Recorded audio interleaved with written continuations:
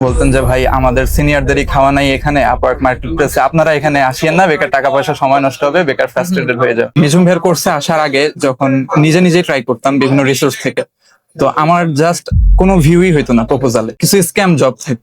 আমি যে এই ভিউ পাওয়ার স্যাটিসফ্যাকশনটার জন্য ইন্ডিয়ান একজন ক্লায়েন্টের ইয়াতে আমি অ্যাপ্লাই করছি এবং ওইটা ভিউ হয়েছে।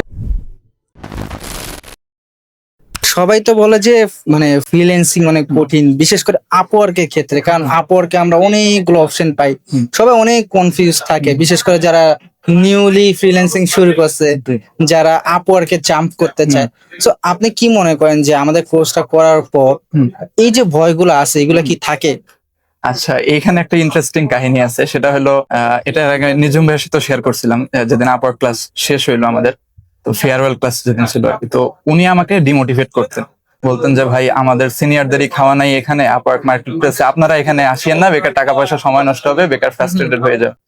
বাট আমি জানতাম যে কিছু না কিছু আছে, বাট রাইট ডিরেকশনটা ছিল না। আমি মানে আপনি আমাকে এসে বলতে পারেন বা কেউ একজন এসে আমাকে বলতে পারে যে ভাই আমি আপওয়ার্ক শিখাই, বাট আমি জানি আপনি শেখান, বাট আমি জানি যে আপনি পারবেন না। বাট নিঝুম ভাইকে দেখার পরে আসলে ওই কনফিডেন্সটা পাইছি যে হ্যাঁ, এনার সাথে থাকলে হয়তো বা কিছু একটা হবে। এবং শুধু কনফিডেন্স পাওয়া না, ওনার যখন কোর্সটা শেষ করলাম অলরেডি আমি বুঝতেছি যে হ্যাঁ, আপওয়ার্কেই কিছু একটা হবে। এবং আই হোপ যে রিসেন্ট সময়ের মাঝেই আপনাদেরকে আমি জানাইতে পারবো যে ভাই একটা ক্লায়েন্ট ইনশাআল্লাহ আমরা আপনাদেরকে বেটার কিছু এক্সপেক্ট করি। একদম আমাদের রিসেন্ট ব্যাচে আছে। জি। সো এর এই রিসেন্ট কাজগুলোর মধ্যে আপনি কোন জিনিসটাকে সাকসেস মনে করতেছেন, যে আচ্ছা আমি ভিউ পাইলাম বা ইনভিটেশন পেলাম, আপনার জন্য কিন্তু আপাতত এটাই সাকসেস, ঠিক না? যেহেতু মাত্রই আপনি কোর্স শেষ করছেন। তো এর মধ্যে আপনার লাইফে কেমন কিছু হয়েছে কিনা? এই ক্ষেত্রে কি, আমি যখন আপনাদের নিঝুম ভাইয়ের কোর্সে আসার আগে যখন নিজে নিজেই ট্রাই করতাম বিভিন্ন রিসোর্স থেকে, তো আমার জাস্ট কোনো ভিউই হইতো না প্রপোজালে। এর আগেও আমি 15-20টা প্রপোজাল পাঠিয়েছি, বাট কোনো ভিউই হইতো না। তো আমি করছিলাম কি, যে কিছু স্ক্যাম জব থাকে। আমি যে এই ভিউ পাওয়ার স্যাটিসফ্যাকশনটার জন্য ইন্ডিয়ান একজন ক্লায়েন্টের ইয়াতে আমি অ্যাপ্লাই করছি এবং ওইটা ভিউ হয়েছে।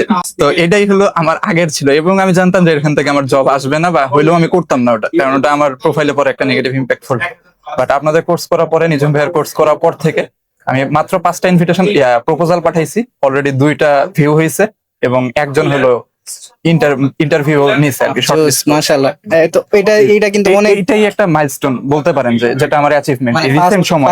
মাইলস্টোন আপনি। এবং এটা এমন না যে কোর্স করার পরে আমার জাস্ট আজকে 3 দিন বা 4 দিন চলতেছে কোর্স শেষ হওয়ার পর। মানে আপনাদের একদমই রিসেন্টলি কোর্স শেষ, একদম রিসেন্ট। এটা নতুনদের জন্য কোনোভাবেই এটা পসিবল না। মানে আপনি নতুনরা বলবে কি যে আমি আগে 20টা প্রপোজাল পাঠাই, দেখি কি হয়, এরপরে তারা কিছু একটা হয়তো বা এক্সপেক্ট করবে। বাট আমি জানতাম যে আমি 5টা প্রপোজাল বা 10টা প্রপোজাল পাঠাইলে একটা না একটা মেসেজ আসবে, এবং আমার 5টার মাঝেই অলরেডি চলে আসছে।